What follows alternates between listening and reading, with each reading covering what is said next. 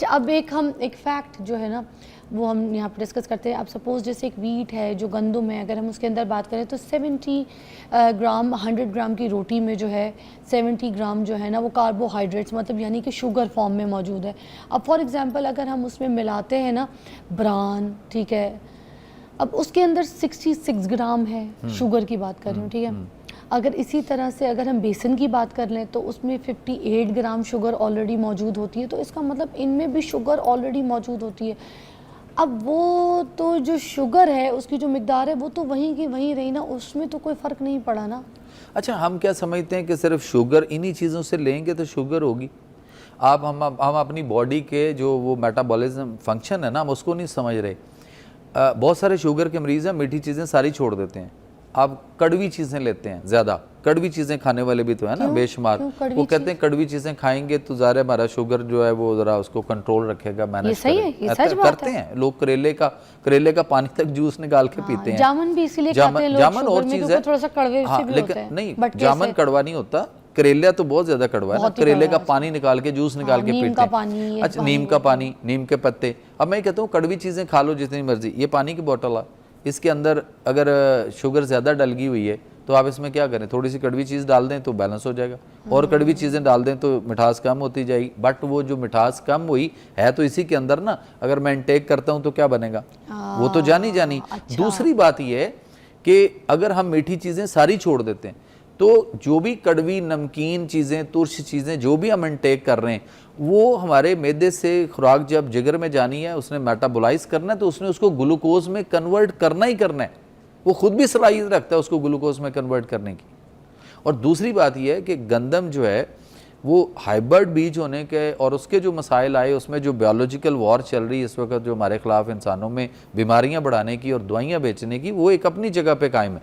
लेकिन अगर हम इसमें चोकर रखते तो वो जो आप 70% की या 60% की बात कर रहे थे उसमें उस चीज़ की, तो हमारा जो फाइबर था, जो हमारा चोकर था, वो किसने ख़त्म करवाया? हमें वो वापस वो हाथ वाली चक्की पे आना पड़ेगा या पत्थर वाली चक्की पे आना पड़ेगा। हम चाइना चक्की पे गए और वो उसमें जब डालते हैं गंदम तो वो इतना ब्रीक क्रश कर देती है। अब कभी छाना है आपने घर में आटा? उसमें तो छान ही कुछ नहीं होता, ऐसे ही होता है। और जब छान होता था तो उस वक्त भी किसी ने माइंड सेट किया हमारे बड़ों का, और उन्होंने कहा जी छाननी से इसको छानना है। छानते क्यों थे? वो इसलिए छानते थे कि आटे में सुसरी आ जाती थी छोटे मोटे। अच्छा, और वो उसके लिए छानते थे। और सर और डिटेल में जाएंगे, इसको और डीप बात करेंगे। बहुत इन्फॉर्मेशंस जो है, मुझे भी थोड़ी सी चेंजेस आज लगी मेरी इन्फॉर्मेशन में, आपकी भी ऑफ कोर्स इन्फॉर्मेशन बढ़ रही है और आप सीख रहे हैं। आपको पता चलेगा कि आपने अपनी ज़िंदगी में क्या इंटेक लेना है, क्या खाना है, कौन सा गंदम, कौन सा जौ, कौन सा दलिया। ब्रेक के बाद अच्छा, वेलकम बैक। और एक सवाल बड़ा इंपॉर्टेंट बनता है कि लोग अजनास के साथ अजनास खाते हैं, उसका फ़ायदा नुकसान क्या है? कार्ब्स के साथ कार्ब्स खाना। एक वक्त में एक चीज़ पे रहेंगे अगर हम ना, तो हम बहुत अच्छे रहेंगे। हम दो तीन चीज़ें इकट्ठी भी खाएंगे, मिक्स भी करेंगे, तो हम अपने लिए कोई ना कोई प्रॉब्लम ज़रूर खड़ी कर रहे हैं। सही, जैसे वही मैंने आपसे सवाल एक बार किया अभी था, मैं चाहूँगी इसको ज़रा डिटेल में करते हैं कि जैसे दाल चावल कॉम्बो पूरी दुनिया में खाया जा रहा है। आप इंडिया चले जाएं, आप दिल्ली चले जाएं, पाकिस्तान में रहें, आप यूके जाएं, अगर दाल चावल है तो वो स्पेशल समझा जाता है। अब ये नुकसानदेह कि नहीं है? देखिए, ये नुकसानदेह है, और इसमें से ख़ास तौर पे जो लोग पिच नहीं निकाल रहे वो उससे ज़्यादा नुकसानदेह। नान चने, नान चने सबसे बड़ी बीमारी नान चने आपके। लोरिये कितने टन चने खा जाते हैं, कोई सेक्रेटरी फूड और मिनिस्टर फूड नहीं बता सकता। नहीं, इसमें नुकसान क्या है? कार्ब्स की वजह ये नुकसान सफ़ेद चने जो हैं ये तजाबियत करते हैं, एसिडिटी पैदा करते हैं मैदे के लिए, आपके आंतों के लिए। और नान ख़ास तौर पे जो है वो कॉन्स्टिपेशन का, मैदे की बनी हुई कोई भी चीज़ जब अल्लाह के नबी सल्लल्लाहु अलैहि वसल्लम ने नहीं चखी तो हम क्यों इतना ज़्यादा मैदा ले रहे हैं, इतना मैदा खा रहे हैं। अंडा पराठा खा सकते हैं?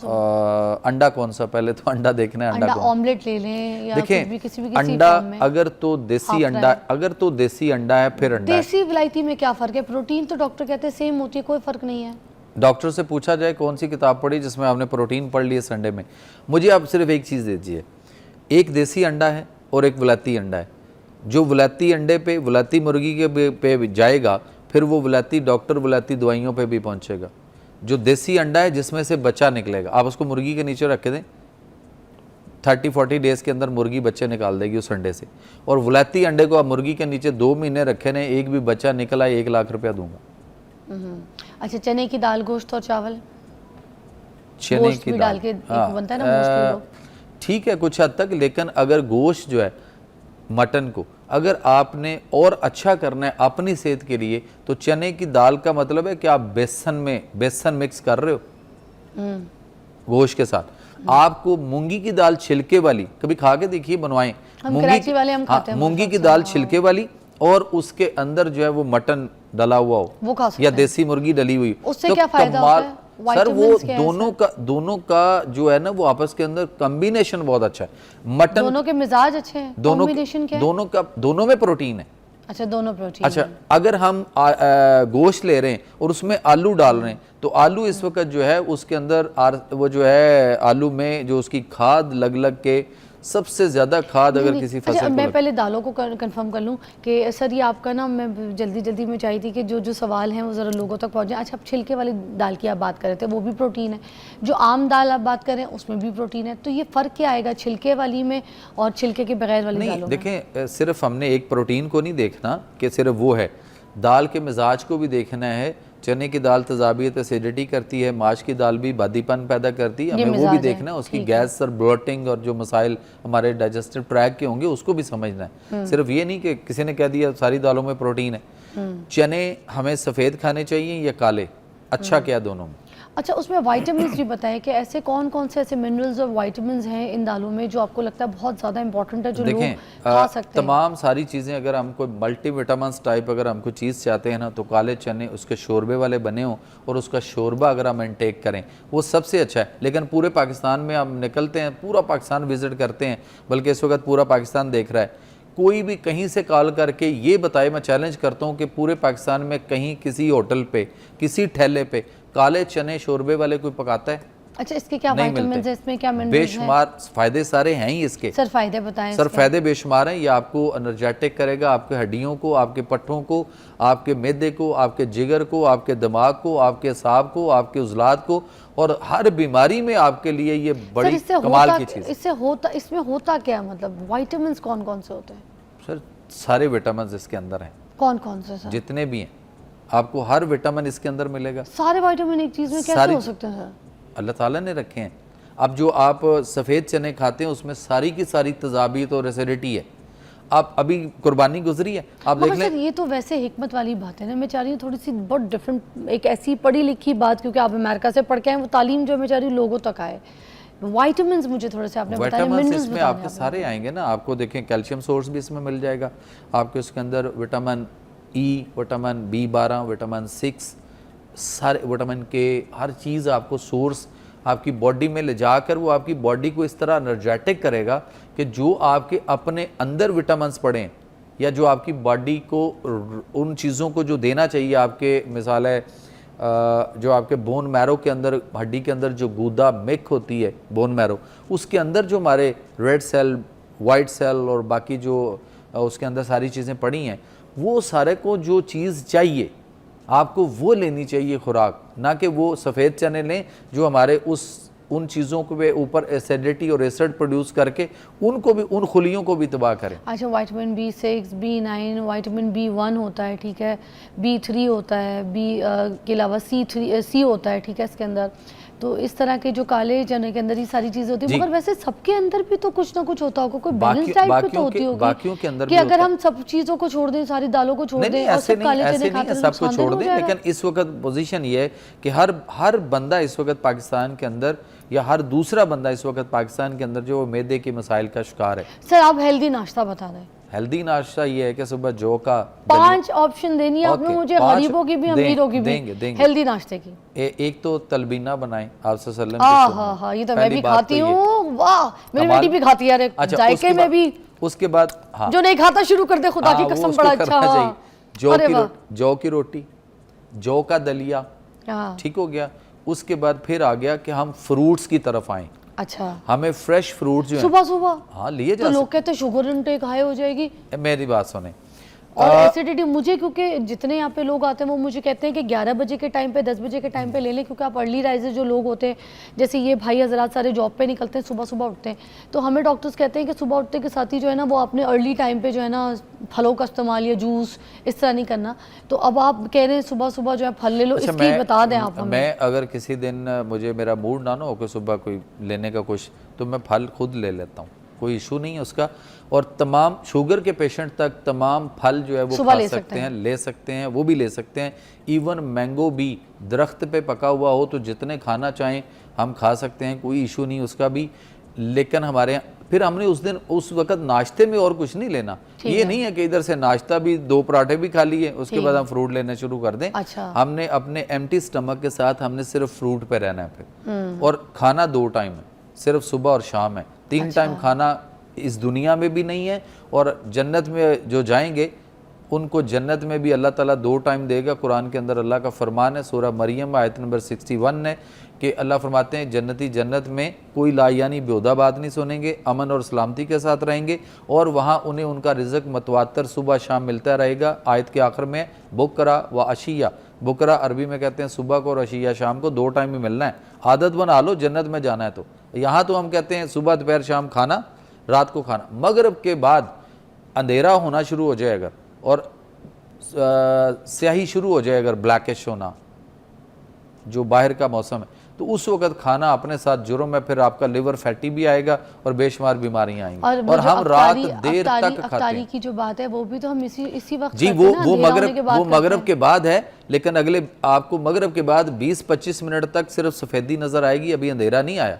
20-25 मिनट के बाद अंधेरा आना शुरू होता है। तो वो जो नमाज पढ़ के बंदा खाना खाता है, अंधेरा तो सर हो जाता है, तो वो फिर अंधेरे के बाद नहीं उसको खाना चाहिए। वो मैं हूँ, आप हूँ, कोई भी हो। अफ्तारियों में मोस्टली तो यही होता है, क्योंकि देखें नमाज की दौड़ होती है, नमाज की दौड़ है ना, आपने कुछ पिया, उसके बाद नमाज पढ़ी, वापस आते आपने नमाज पढ़ ली, उसके बाद खाना खा लें।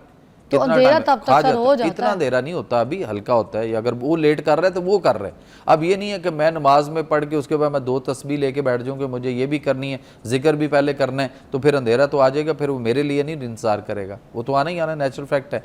सो आजकल हम रमज़ान के अलावा भी हमें ये चाहिए कि हम आजकल भी ख़वातीन खाना जो है वो टाइम से 4-5 बजे क्यों नहीं बनाते। मेरे घर में खाना 4-4:30 बजे 5 बजे तैयार होता है। मैं अपने हॉस्पिटल से उठता हूँ, घर जाता हूँ, 5 बजे 5:30 में खाना खा के हम पूरी फैमिली फारिग हो चुकी है। के ऊपर भी तो हो सकता है, कुछ लोगों की ड्यूटी भी इतनी टफ तो होती है वो ना, मगरिब तक उनके पास है ना, खा लें। जो पेशेंट है खास तौर पे, मैं उसको कहता हूँ टाइम एज मेडिसन। मैंने एक फार्मूला दिया है कौम को।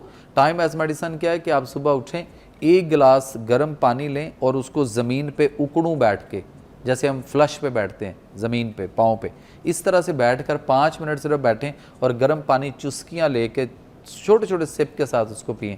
5 मिनट उसी तरह बैठे रहें और उसके बाद उठें और फिर जो भी आपने काम नमाज जो भी करना है करें।